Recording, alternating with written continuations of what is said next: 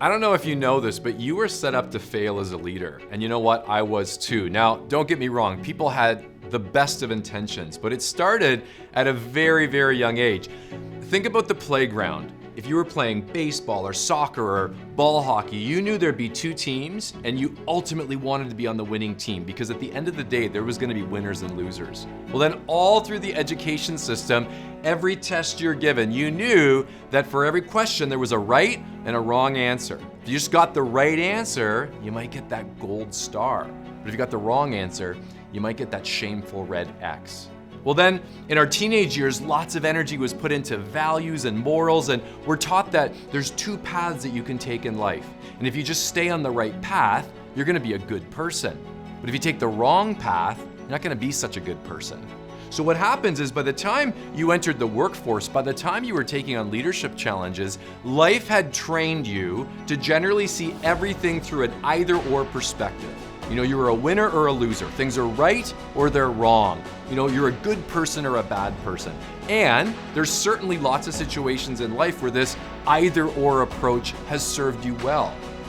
But not so much in leadership, because you know as well as I do that a lot of the challenges you face as a leader are a lot more complex than that either-or approach allows. Think about it. Should you embrace change and innovate and take advantage of new opportunities, or should you stick with core values and hold on to what works and what you're known for? You know, as a communicator, should you be clear and candid and truthful, or should you be tactful and diplomatic and relational? Think about it in your teams. Should you be that leader who's pushing yourself and pushing your team hard to strive and really reach new heights? Or should you really be more of a grace-based leader, full of acceptance and understanding? Well, as you know, the answer to all these questions is yes. These are situations where an either-or approach is actually gonna work against you, against your team, against the organization. You have to start to lead with and, to tap into the superpower of both and thinking in what really is becoming more and more of an either-or world that we live and that we work in.